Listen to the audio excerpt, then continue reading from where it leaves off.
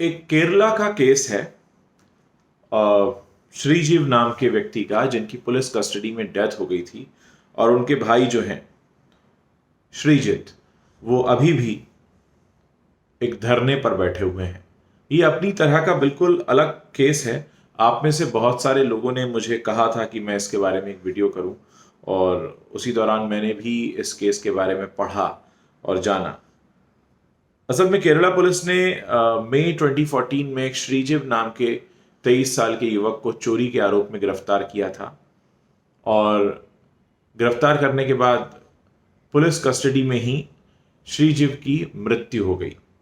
Police का यह कहना था कि उन्होंने जहर खाकर आत्महत्या कर ली, जबकि परिवार वालों का यह कहना था कि पुलिस कस्टडी में उन्हें इतना टॉर्चर किया गया और उन्हें मार डाला गया। इसके बाद एक जांच कमेटी बिठाई गई, और उस जांच कमेटी ने भी यही कहा कि ये मामला कस्टडी में मौत का है, आत्महत्या का नहीं है, और जो जिम्मेदार पुलिस अधिकारी थे उनको निलंबित कर दिया गया और परिवार को कुछ मुआवजा 10 लाख रुपयों का दे दिया गया। इसके बाद इस जांच को चैलेंज किया जांच अधिकारियों ने, जिन्होंने इस तरीके की जांच दी थी, उनको चैलेंज किया पुलिस के उस निलंबित अधिकारी ने, और बाद में सीबीआई को इसकी जांच सौंपी गई। जनवरी 2018 में सीबीआई को इसकी जांच सौंपी गई, और सीबीआई ने अपनी जांच में यही कहा कि ये मामला आत्महत्या का है। अब श्रीजीव के जो भाई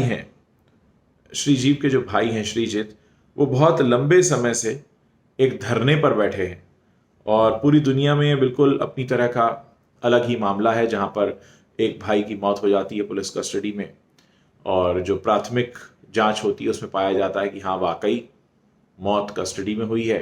पुलिस वाले कहते हैं आत्महत्या की है।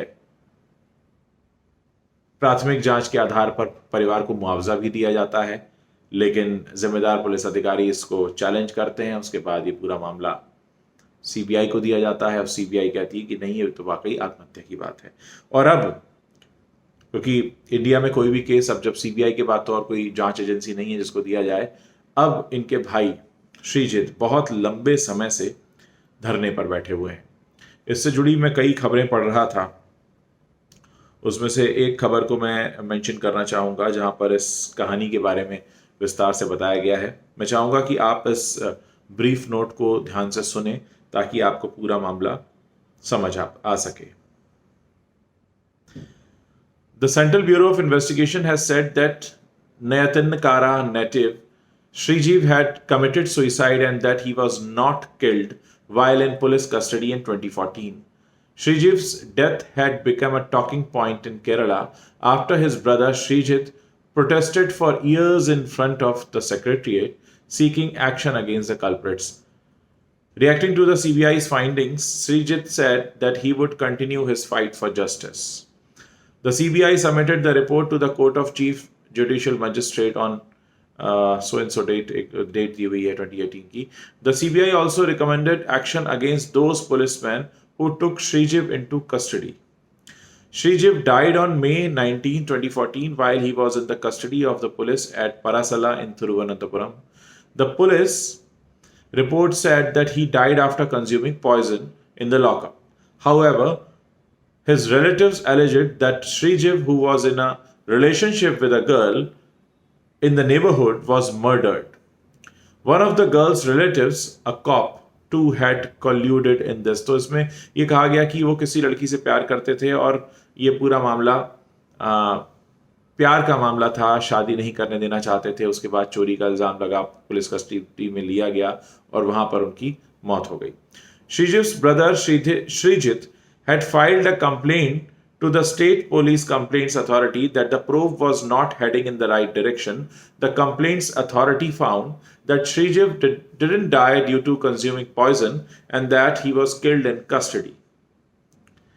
It also found former Prasala Circle Inspector Gopakumar, ASI Philippos, civil police officers Prathapa Chandran and Vijay Das were guilty. इनको गिल्टी पाया गया था, इन सारे पुलिसकर्मियों को, उनकी मृत्यु के लिए।